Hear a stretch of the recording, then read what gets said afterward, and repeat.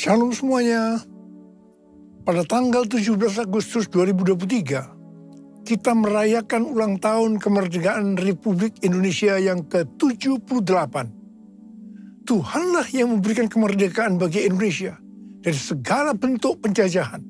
Dirgahayu Republik Indonesia. Sesuai dengan Yeremia 29 ayat 7, kita harus mengusahakan kesejahteraan dan berdoa bagi negara dan kota di mana kita tinggal. Sebab kesejahteraannya adalah kesejahteraan kita semua. Pemilihan umum akan dilaksanakan pada tanggal 14 Februari 2024. Kita berdoa agar diberikan presiden yang takut akan Tuhan, nasionalis, Pancasilais, dan toleran. Damailah Indonesiaku, damailah Indonesiaku, damailah Indonesiaku. Damailah Indonesiaku, damailah Indonesiaku. Lawatan Allah terjadi, damailah Indonesiaku. Damailah Indonesiaku, damailah Indonesiaku. Lawatan Allah terjadi, damailah Indonesiaku. Damailah Indonesiaku, damailah Indonesia.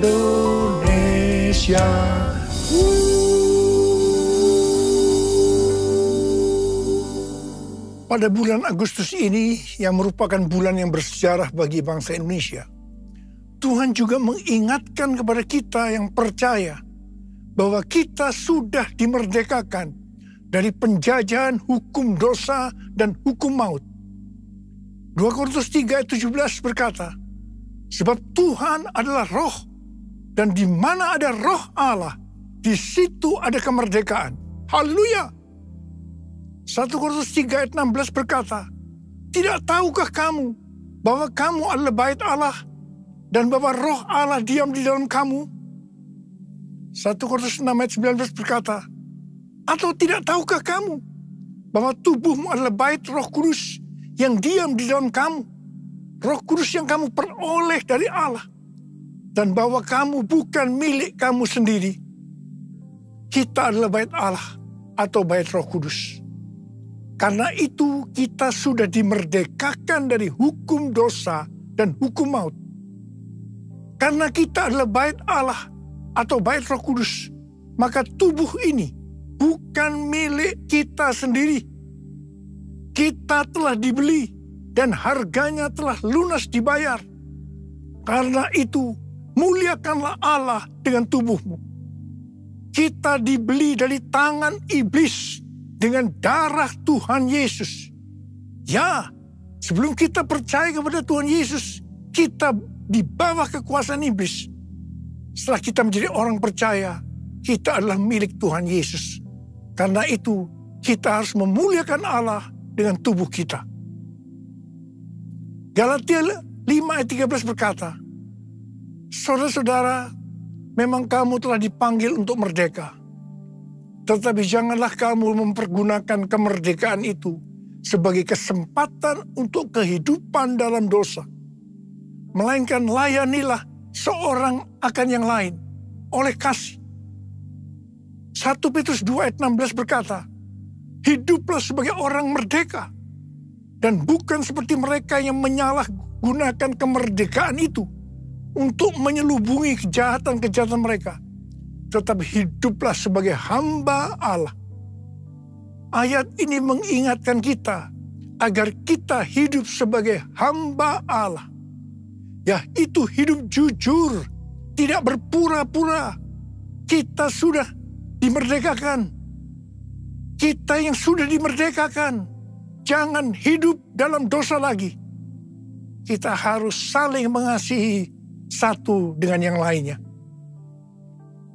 Roma 6 ayat 22 berkata, tetapi sekarang, setelah kamu dimerdekakan dari dosa, dan setelah kamu menjadi hamba Allah, kamu beroleh buah yang membawa kamu kepada pengudusan, dan sebagai kesudahannya ialah hidup yang kekal. Setelah kita dimerdekakan dari dosa, setelah kita menjadi hamba Allah, kita harus berbuah yang membawa kita kepada pengudusan dan terus-menerus dikuduskan sehingga menjadi serupa dengan gambarnya. Dan akhirnya kita mendapatkan hidup kekal selama-lamanya. Dalam Yohanes 8 ayat 31 dikatakan, jikalau kamu tetap di dalam firman-Ku, kamu benar-benar adalah murid-Ku. Sebagai orang yang sudah dimerdekakan, kita harus tetap memelihara kehidupan kita agar tetap sebagai orang yang merdeka. Karena itu, kita harus hidup sesuai dengan firman-Nya. Kerjakanlah keselamatanmu dengan takut dan gentar, yaitu dengan cara hidup sesuai dengan firman Tuhan. Kalau kita hidup sesuai dengan firman-Nya, maka kita akan mengetahui kebenaran. Dan kebenaran itu yang akan memerdekakan kita. Kita sebagai bait Allah atau bait Roh Kudus harus hidup dipimpin oleh Roh Kudus, bukan hidup menurut daging. Roma 8 ayat 13 berkata, sebab jika kamu hidup menurut daging, kamu akan mati. Tetapi jika oleh Roh kamu mematikan perbuatan-perbuatan tubuhmu, kamu akan hidup. Galatia 5 ayat 19 sampai 21 berkata, perbuatan daging telah nyata, yaitu percabulan, kecemaran, hawa nafsu, penyembahan berhala, sihir, perseteruan, perselisihan, iri hati, amarah, kepentingan diri sendiri, percideraan, roh pemecah, kedengkian, kemabukan, pesta pora, dan sebagainya. Terhadap semuanya itu kuperingatkan kamu, seperti yang telah kubuat dahulu, bahwa barang siapa melakukan hal-hal yang demikian, ia tidak akan mendapat bagian dalam kerajaan Allah. Barang siapa menjadi milik Kristus Yesus, ia telah menyalibkan daging dengan segala hawa nafsu dan keinginannya.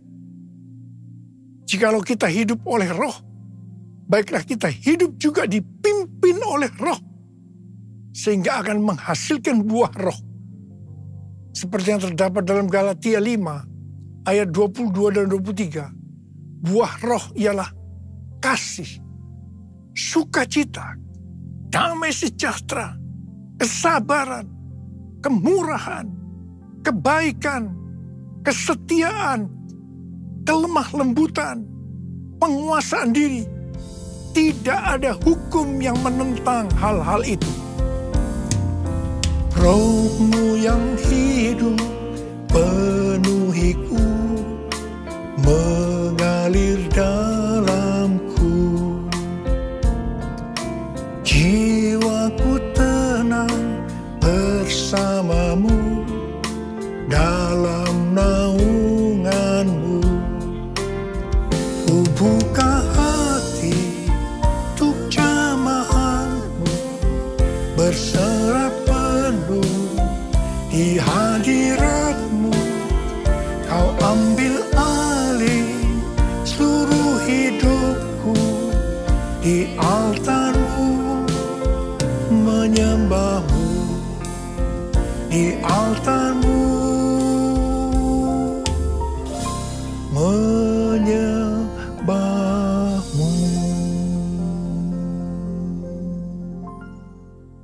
Daud adalah seorang yang sangat mengasihi Allah.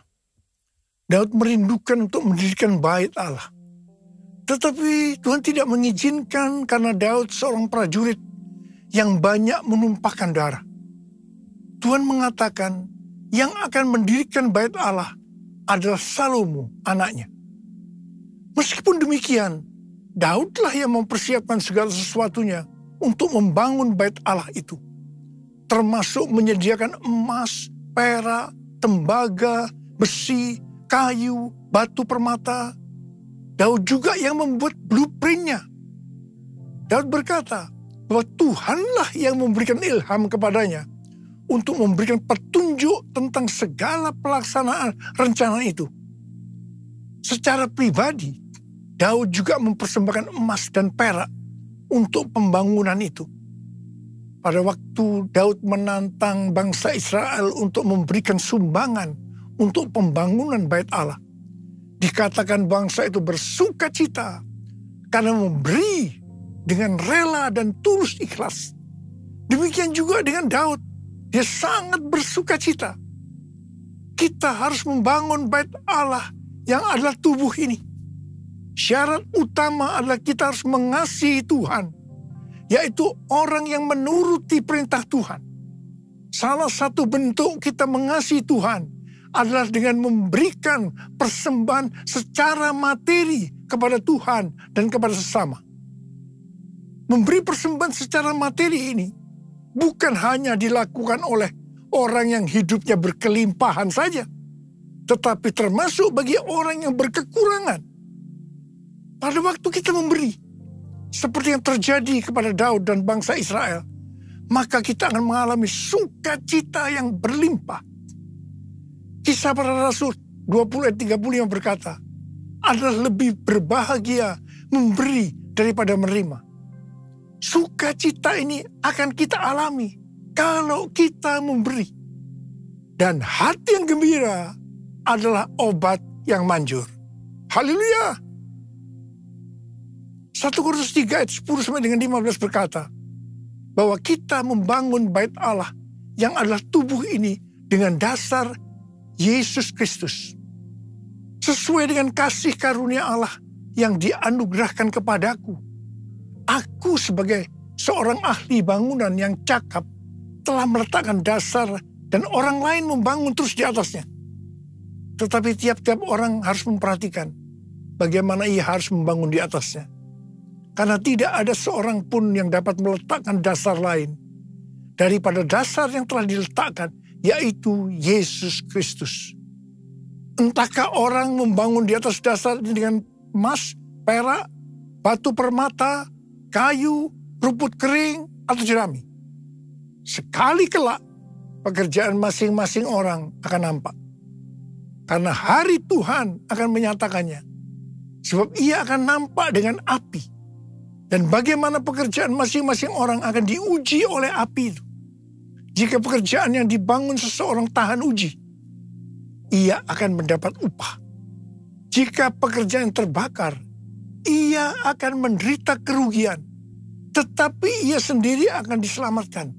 Tetapi seperti dari dalam api. Pertanyaannya, bahan apa yang kita gunakan? Apakah dengan bahan emas, perak, batu permata, atau bahan kayu, rumput kering atau jerami? Semuanya itu akan nampak pada hari Tuhan saat pekerjaan kita diuji dengan api. Jika pekerjaan kita tahan uji, artinya tidak terbakar karena terbuat dari bahan emas, perak, dan batu permata, maka kita akan mendapat upah. Tetapi sebaliknya, kalau pekerjaan itu terbakar karena bahan yang digunakan adalah kayu, rumput kering, jerami, maka akan mendapat kerugian. Selamat sih selamat, tetapi seperti keluar dari dalam api. Artinya, hampir-hampir tidak diselamatkan. Hampir-hampir tidak diselamatkan dapat diartikan kehilangan upah atau pahala. Kedudukan yang rendah di sorga. Kehilangan kesempatan pelayanan dan kekuasaan di sorga. Kehilangan kemuliaan dan kehormatan di hadapan Allah. Karena itu, mari kita memperhatikan sungguh-sungguh dengan serius pekerjaan pelayanan kita. Termasuk juga kualitas kehidupan kerohanian kita. Jangan menjadi orang Kristen yang acuh tak acuh. Agar kita mendapatkan upah di sorga. Nothing can tear me away from your love, Lord. Nothing can separate your heart from mine. Nothing can tear me away from your love, Lord. I am yours, I am yours, and I love you. Jesus, I love you, and I love you because you first loved me, because you first loved me, because you first loved me. Because you first loved me. Sesuai dengan 2 Tawarikh 3 dikatakan bahwa Salomo mendirikan bait Allah di Yerusalem, di Gunung Moria. Di Gunung Moria, di tempat pengirikan Ornan orang Yebus itu, Tuhan menyuruh Daud membuat mezbah bagi Tuhan untuk mempersembahkan kurban bakaran dan kurban keselamatan, supaya tulah penyakit sampar yang mengakibatkan 70.000 orang Israel mati itu berhenti. Bait Allah Salomo merupakan perpaduan dari tabernakel Musa dan tabernakel Daud. Tabernakel Musa berbicara tentang hukum Allah, sedangkan tabernakel Daud berbicara tentang doa, pujian, dan penyembahan. Sebagai bait Allah, maka kita harus taat kepada firman Allah dan hidup dalam doa, pujian, dan penyembahan. Saya teringat kepada almarhum Bapak Pendeta Petrus Octavianus sebagai pendiri dari YPPII Batu Malang. Setiap kali saya berkhotbah di kebaktian tahunan di YPPII di Batu Malang, beliau akan berkata seperti ini. Di dalam ibadah itu terdiri dari 2 unsur. Unsur pertama, doa, pujian, dan penyembahan. Unsur kedua, pemberitaan firman Tuhan. Itu saja. Seperti yang dilakukan di gerejanya Pak Niko. Di Gunung Moria, tempat dari bait Allah Salomo, adalah tempat di mana Tuhan meminta kepada Abraham untuk mempersembahkan Ishak sebagai kurban bakaran. Saya percaya bagi Abraham hal itu pasti sangat sulit untuk dimengerti. Ishak diberikan kepada Abraham dan Sarah pada masa tuanya, di mana mereka sudah tidak mungkin mempunyai anak lagi. Ishak adalah anak tunggal. Hati Abraham sangat dekat kepada Ishak. Dan tiba-tiba Tuhan meminta kepada Abraham agar Ishak dipersembahkan sebagai kurban bakaran. Dalam hal ini Tuhan menguji Abraham. Apakah Abraham lebih mengasihi Tuhan dibanding mengasihi Ishak? Ternyata dalam pergumulan yang sangat berat ini, Abraham menang. Abraham lebih mengasihi Tuhan ketimbang mengasihi Ishak. Abraham keluar sebagai pemenang dalam pergumulan ini, karena rela berkorban. Perlu pengorbanan untuk menjadi pemenang. Setelah Abraham lulus dalam ujian ini, Abraham diberkati Tuhan berlimpah-limpah. Kalau kita menginginkan pengurapan, kuasa, dan berkat yang berlimpah-limpah seperti yang diterima oleh Abraham, maka kita harus mengasihi Tuhan lebih dari yang lain-lain. Termasuk keluarga, uang, harta, kedudukan, harga diri, dan lain-lain. Ini perlu pengorbanan. Untuk menjadi pemenang, sekali lagi saya katakan perlu pengorbanan. Dalam Roma 12 ayat 1, kita diminta untuk mempersembahkan tubuh ini sebagai kurban persembahan yang hidup, kudus, dan berkenan kepada Tuhan. Itu adalah ibadah kita yang sejati. Untuk bisa mempersembahkan tubuh ini sebagai persembahan yang hidup, artinya tidak mati rohani, tidak suam-suam kuku, kudus, dan berkenan kepada Tuhan. perlu pengorbanan. Tidak benar kalau ada orang yang mempunyai pengertian bahwa setelah lahir baru kita bebas melakukan apa saja dengan alasan pasti Roh Kudus yang memimpin. Pasti Roh Kudus yang menuntun sehingga Bapa akan tersenyum. No, justru kita harus berusaha sungguh-sungguh untuk mempersembahkan tubuh ini sebagai persembahan yang hidup, kudus, dan berkenan kepada Tuhan. Sekali lagi, perlu pengorbanan. Mari kita katakan bersama-sama, Bapa, ku persembahkan tubuhku sebagai persembahan yang hidup, kudus, dan yang berkenan padamu sebagai ibadah yang sejati. Ku sembah Kau Tuhan, ku sembah Kau Tuhan, ku serahkan hidupku kepadamu untuk kemuliaan nama-Mu.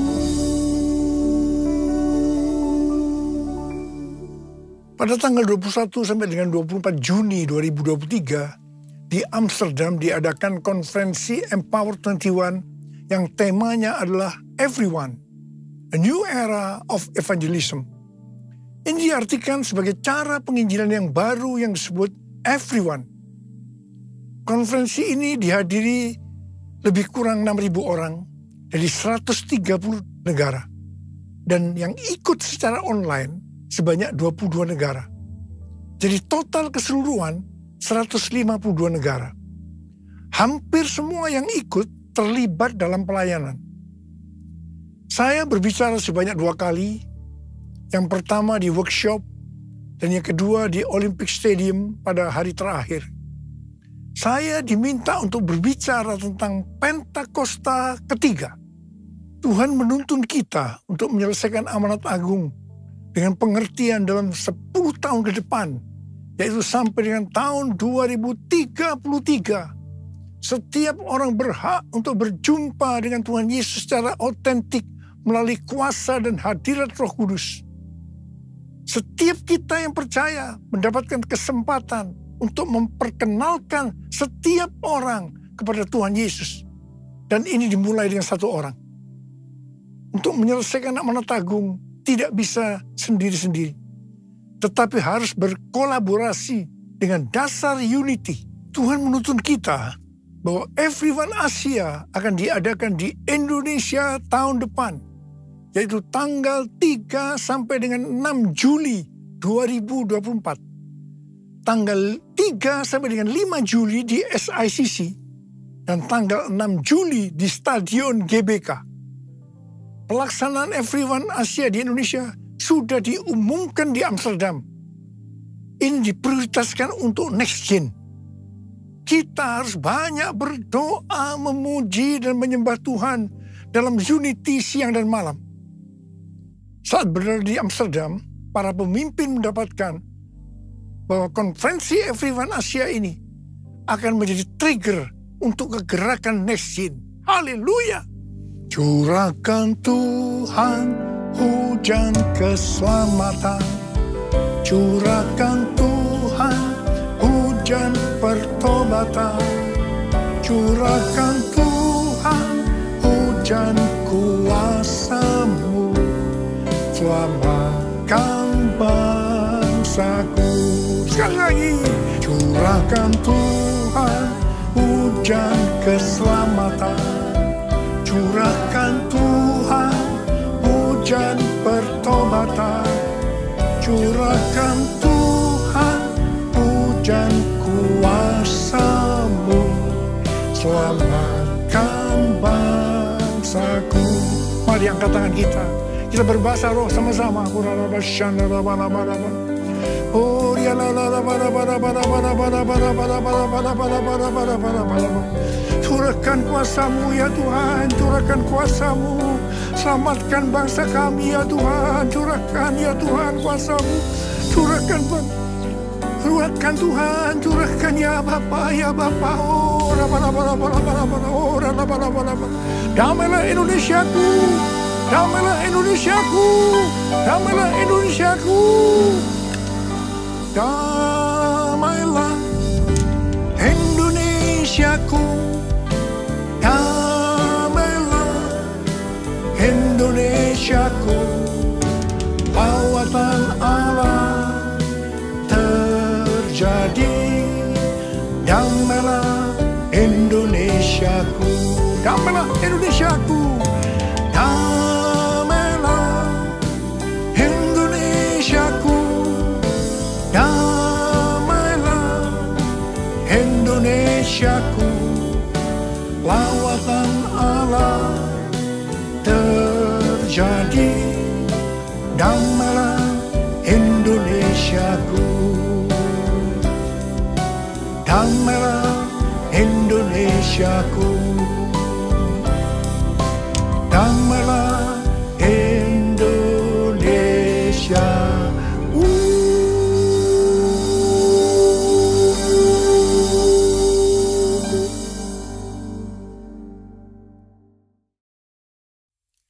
Mari, saudara-saudara, kita akan masuk dalam perjamuan kudus. Kita akan mengingat ayat ini. Sebab setiap kali kamu makan roti ini dan minum cawan ini, kamu memberitakan kematian Tuhan sampai Ia datang. Perjamuan kudus adalah perjamuan Tuhan Yesus sendiri. Setiap kali kita masuk dalam perjamuan kudus, Tuhan Yesus selalu berkata, biarlah ini menjadi peringatan akan daku. Peringatan akan daku. Karena itu mari arahkan hati kita kepada kebaikan Tuhan. Kita akan mengingat kebaikan Tuhan. Mari tundukkan kepala. Bapa, siapakah kami sebelum kami mengenal Engkau? Kami semua orang berdosa. Upah dosa adalah maut, mati. Tapi Engkau yang tidak berdosa telah dijadikan dosa oleh karena kami. Engkau harus turun dari sorga mulia, menjelma menjadi manusia, mati ganti kami dengan penderitaan yang luar biasa. Sungguh kalau kami pikirkan Tuhan betapa baiknya Engkau itu. Engkau jadikan kami sebagai anak-anak-Mu. Engkau berkati, Engkau tuntun, Engkau bela, Engkau tolong, Engkau sembuhkan, Engkau urapi kami Tuhan. Tuhan terima kasih. Engkau juga hajar kalau kami salah. Terima kasih untuk Engkau ya Abah. Itu Engkau. Tuhan akan memberkati kita semua melalui perjamuan kudus. Tapi Tuhan mau kita makan dan minum dengan cara yang benar. Karena itu masing-masing berdoa. Introspeksi. Lihat keadaan dirimu masing-masing. Jangan menyimpan dosa. Kalau ada dosa yang Tuhan ingatkan, langsung minta ampun. Langsung minta ampun supaya diberkati Tuhan. Ampuni kami Tuhan. Ampuni, ampuni, ampuni kami. Ampuni ya Abah, ampuni. Kau melihat anak-anak-Mu yang sedang berdoa, meminta ampun pada Tuhan. Ampuni ya Tuhan. Layakkan kami masuk dalam perjamuan kudus. Kami akan masuk dalam perjamuan kudus dengan hati yang penuh ucapan syukur. Dalam nama Yesus. Amin.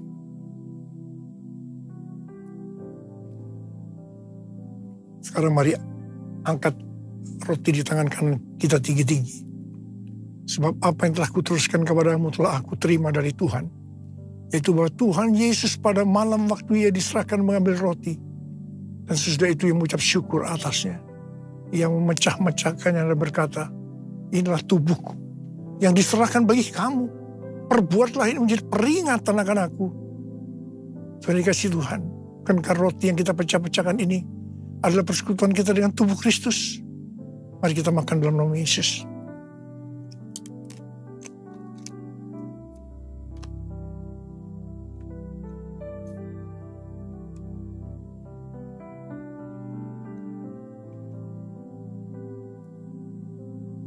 Angkat cawan di tangan kanan kita tinggi-tinggi. Demikian juga yang mengambil cawan sesudah makan lalu berkata, cawan ini adalah perjanjian baru yang dimeteraikan oleh darahku.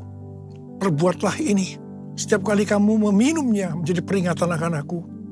Sudah dikasih Tuhan, bukan kecauan pengucapan syukur. Yang atasnya kita ucapkan syukur adalah persekutuan kita dengan darah Yesus. Mari kita minum dalam nama Yesus.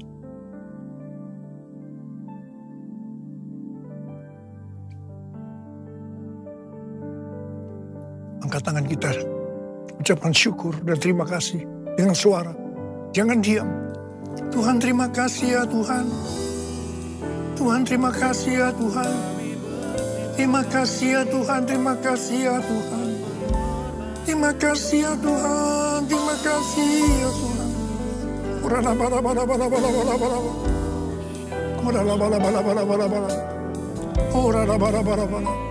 Bapa, Engkau akan menyembuhkan yang sakit. Engkau akan membebaskan yang terikat. Engkau menghibur yang susah. Engkau menguatkan yang lemah. Dalam nama Yesus. Sembuh dalam nama Yesus. Sembuh, sembuh, sembuh dalam nama Yesus. Sembuh, sembuh, sembuh dalam nama Yesus. Sembuh.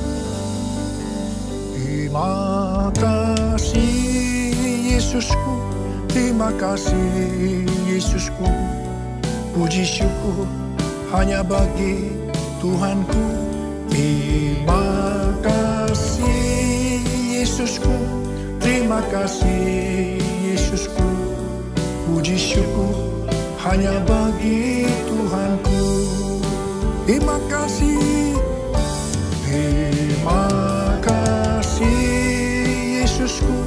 Terima kasih Yesusku. Puji syukur hanya bagi Tuhanku. Terima kasih Yesusku. Terima kasih Yesusku. Puji syukur hanya bagi Tuhanku. Puji syukur hanya bagi Tuhanku. Puji syukur hanya bagi Tuhanku.